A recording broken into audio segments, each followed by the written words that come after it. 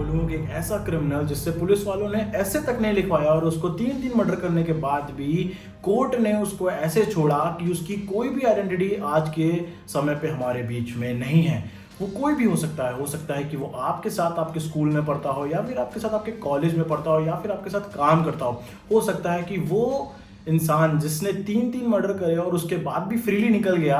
आप सबने इतनी बार डिमांड करी, तो इसलिए अब एक फुल फ्लेज वीडियो मैं आपके लिए लेके आ गया हूँ। ठीक है, तो अपने हेडफोन्स लगा लो, चाहो तो लाइट बंद कर लो, बिना टाइम वेस्ट करे शुरू करते हैं इस केस को। So hello guys, my name is Singh साहब, आप सभी का स्वागत है।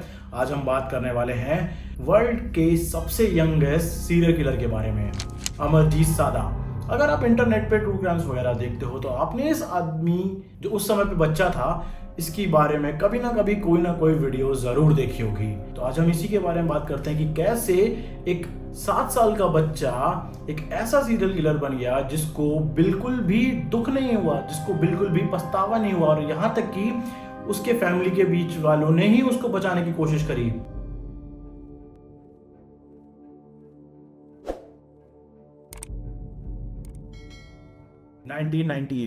बिहार के मशहूर गांव में पैदा हुआ अमरजीत सादा। वो गांव ऐसा जिसमें सबका बेसिक नीड्स सिर्फ 2 वक्त का खाना था, जो हम अपने घर में देखते हैं, घड़ी, पंखा, AC, TV, fridge, bike, car, cycle, ये सब भी नहीं। उनका सुबह से लेकर शाम तक का बस यही था कि वो जब सुबह उठें तो उनके पास खाने को खाना हो, और जब वो शाम को सोएं तो वो कभी भी, उनका कोई भी परिवार वाला खाली पेट ना सोए। और ऐसा पूरा गांव भरा हुआ था। उसी मशहूर गांव के एक घर में पैदा हुआ था अमरजीत सादा। अमरजीत सादा की मां का नाम पारुल था। पारुल ही एक ऐसी वजह बनती है जिसकी वजह से अमरजीत सादा पकड़ा जाता है। 1998 में पैदा होने के बाद अमरजीत सादा ने काफ़ी ज़्यादा परेशानियां देखी। उसके फैमिली का बेसिक नीड्स यही नहीं कि वो खाना पीना पूरा कर ले, और उसके बाद ऐसे ही 6-7 साल बीत जाते हैं। अब आता है 2006। अमरजीत अब तक 7 साल का हो चुका था, पर एक ऐसा इंसिडेंट जो उसके केस में था, उसमें अपनी मम्मी से खेलने के लिए खिलौने मांगे, पर उसकी माँ जो पारुल जी थी, उन्होंने उसको खिलौने नहीं दिए, बल्कि उसको गले लगाया और बोला कि बेटा हमारे पास इतने पैसे नहीं हैं। पर वो उसके लिए एक ताबीज़ लेके आती हैं और उसके गले में बांध देती हैं और उसको बोलती हैं कि बेटा हनुमान जी हमेशा तुम्हारी रक्षा करेंगे। कुछ समय ऐसा निकल जाता है, अमरजीत अपने घर के बाहर बैठा होता है, उसका टूटा फूटा मिट्टी का घर होता है और पूरा एरिया ऐसा ही होता है। मतलब वो गाँव आज के टाइम पे बहुत रेयर है, पर उस टाइम पे गाँव के सारे जितने भी उसके रिलेटिव्स थे, मतलब चाचा, मामा, फूफा जी, मौसा जी, जितने भी लोग थे, वो सब उसी गाँव में उसके घर के आसपास ही रहते थे। तो मोस्टली ये गांव एक दूसरे के साथ, भले उनके पास रिसोर्सेस नहीं थे, पर उनके रिलेशन एक दूसरे में बहुत अच्छे थे। और यही एक रीजन बनता है जहां पे अमरजीत सादा पकड़ा जाता है। वो कैसे? अमरजीत अपने घर के बाहर बैठा होता है, अपने टूटे फूटे घर की सीढ़ियों पे, और उसके पैर पे मिट्टी, धूल मिट्टी सब लगी हुई होती है। तभी उसके 2 दोस्त आते हैं, जिसमें से एक का नाम, जो उसके केसेस की रिपोर्ट में है, उसमें से एक का नाम शंकर था और दूसरे का नाम शायद राहुल था, पता नहीं, बट शंकर नाम कंफर्म है। वो दोनों से पूछते हैं कि आओ हमारे साथ खेलोगे। तो अमरजीत सादा काफी देर तक बस उनको देखता रहता है और कुछ भी नहीं बोलता। और यहाँ उसके जो मम्मी पापा हैं वो भी उसको देख रहे होते हैं कि इसके दोस्त को बुलाने आए, जो कि इसके कजन ही थे, पर ये चिल्ला के उनको वहां से भगा देता है। सोचो, 6 साल का बच्चा एकदम साइलेंट स्टेट में रहता है, लेकिन जब उसके दोस्त को बुलाने आते हैं तो उसको वहां से भगा देता है। और ये जान के उनके पेरेंट्स को लगा कि चलो नॉर्मल है, मन नहीं होगा उसका। एक दिन पारुल की बहन मीना, जिनको शायद पटना जाना था क्योंकि उनके पति वहाँ पे काम कर रहे थे और उनको एक ऐसी जॉब मिल गई थी जिसकी वजह से वो अपनी फैमिली को थोड़ा सा सुधार सकती थी। इसी वजह से जो मीना थी वो अमरजीत सादा की माँ पारुल को बोलती हैं कि वो उनके 6 साल के बच्चे को उनके पास छोड़ जाती हैं कि तुम इसकी टेक केयर करना, और मैं जो भी हमारे पास पैसा आएगा उससे तुम्हें इसका खर्चा पानी देती रहूंगी। अब क्योंकि उस गांव में 2 वक्त का खाना नहीं मिल रहा था और उनको 1 रुपये भी एक्स्ट्रा जो था वो उनके लिए बहुत ही किफ़ायती था। इस वजह से जो अमरजीत की माँ होती है, उनके पेरेंट्स होते हैं, वो उस बात को एक्सेप्ट कर लेते हैं, और सादा परिवार के जो मुखिया उसके पापा होते हैं वो भी एक्सेप्ट कर लेते हैं, और अमरजीत का जो कज़न होता है वो उसके साथ रहने लगता है। सब कुछ बढ़िया चल रहा होता है। पारुल और उनके हस्बैंड को, जो कि अमरजीत के माता पिता थे, उनको पैसे मिल रहे थे अपनी बहन के बच्चे को संभालने के। अमरजीत भी अपना इधर उधर घूमता फिरता रहता, शांत बैठा रहता, कुछ अजीब अजीब हरकतें करता। और एक दिन जब पारुल घर आती हैं तो उनको देखने को मिलता है कि उनकी बहन मीना की जो संतान थी वो उनके घर पे नहीं मिलती है। किसी को भी नहीं पता कि एक छोटा बच्चा कहाँ चला गया एकदम से, और कोई इनको ढूंढ भी नहीं पा रहा। और ऐसे ही करते करते बहुत समय निकल जाता है, और जब उसकी मम्मी पापा वापस आते हैं, वो उनके पूछते हैं कि मेरा बच्चा कहाँ है, तो वो उसको बरगला देते हैं, कहते हैं कि पता नहीं क्या हो गया और वो मिल नहीं रहा है और आज पता नहीं कहाँ पे है वो। और ये सुन के मान लो पूरा जो सादा फैमिली और पूरा गांव है वो सहम जाता है और बहुत निराश हो जाता है। पर क्योंकि उनका रिलेशन इतना अच्छा होता है, वो एक दूसरे के साथ मिलकर उनको ढूंढना शुरू करते हैं एक बार फिर से, जबकि वो मिलता ही नहीं है। और ऐसे ही 1 साल निकल जाता है। अब आता है 2007 के लिए। फैमिली में इतना बड़ा ट्रॉमा तो हो ही गया था, पर एक अच्छी चीज़ ये थी कि अमरजीत सादा की फैमिली में एक और बच्ची का जन्म होता है। उस बच्ची के जन्म से कहीं ना कहीं उसको समझ लेते हैं कि चलो अगर हमारा भगवान ने एक बच्चा ले लिया तो एटलीस्ट एक खुशी और हमें दे दी। और सब कुछ बढ़िया चल रहा होता है उनके घर में, तो छोटे मोटे फंक्शंस हो रहे होते हैं, गांव वाले आते हैं, जो कुछ भी उनसे मिलजुला के होता है वो थोड़ी सी पार्टी वार्टी करते हैं। पर उसी के 1 हफ्ते बाद वो 8 महीने की बच्ची भी गायब हो जाती है। पर इस बार जब गांव वाले ढूंढने के लिए निकलते हैं तो अमरजीत सादा के जो फादर होते हैं वो मना कर देते हैं, और किसी भी गांव वाले को भनक तक नहीं लगती है कि उनके घर से एक छोटा बच्चा कहाँ चला गया। पर जहाँ एक जगह पार्टी हो रही थी वहीं वो छोटा बच्चा दिखना बंद हो जाए। हम सबके यहाँ कभी भी कोई भी अगल बगल में भी अगर किसी के यहाँ बच्चे आते भी हैं नानी वानी के घर में घूमने, तो वो पूरे मोहल्ले में घूमते रहते, तो सबको पता रहता है। और यहाँ पे एक 8 साल की बच्ची उसी फैमिली से फिर से गायब हो गई। पर इस बार शायद जो पारुल थी उनको थोड़ी बहुत भनक लग गई थी कि इसमें कहीं ना कहीं उनके फैमिली के अंदर कहीं कोई है जो ऐसी चीजें कर रहा है। उसके बाद 2008 का शुरुआत होती है, और वहीं पे उसी गांव में एक चुनचुन देवी नाम की महिला रहती है जो डेली वेजेस का काम करती थी। मतलब सुबह उठती थी, अपने बच्ची को, जो उनकी बेटी थी, उसको 3 साल की जो उनकी बेटी थी, उनको स्कूल छोड़ती थी, वहां से अपना काम करने चली जाती थी और वापस आते वक्त अपनी बेटी को लेकर चली आती थी। एक दिन वो स्कूल की तरफ जाती हैं, अपनी बेटी को छोड़ती हैं और वहां से अपना काम वाम करने निकल जाती हैं। और जब वो वापस आती हैं तो उनको वहां पे अपनी बेटी नहीं मिलती।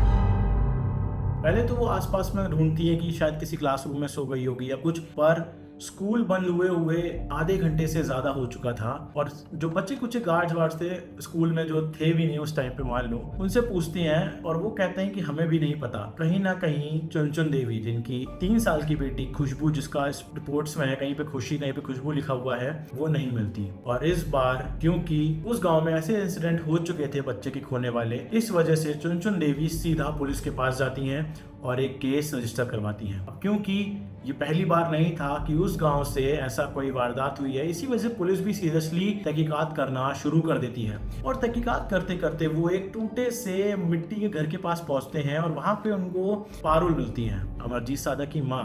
और उनसे जब पूछते हैं कि आपको कुछ का पता है, क्योंकि आपके घर से भी ऐसा हो चुका था गायब, तो क्या आपको कोई पता है या आपको किसी पे शक है, तो वो मना कर देती हैं।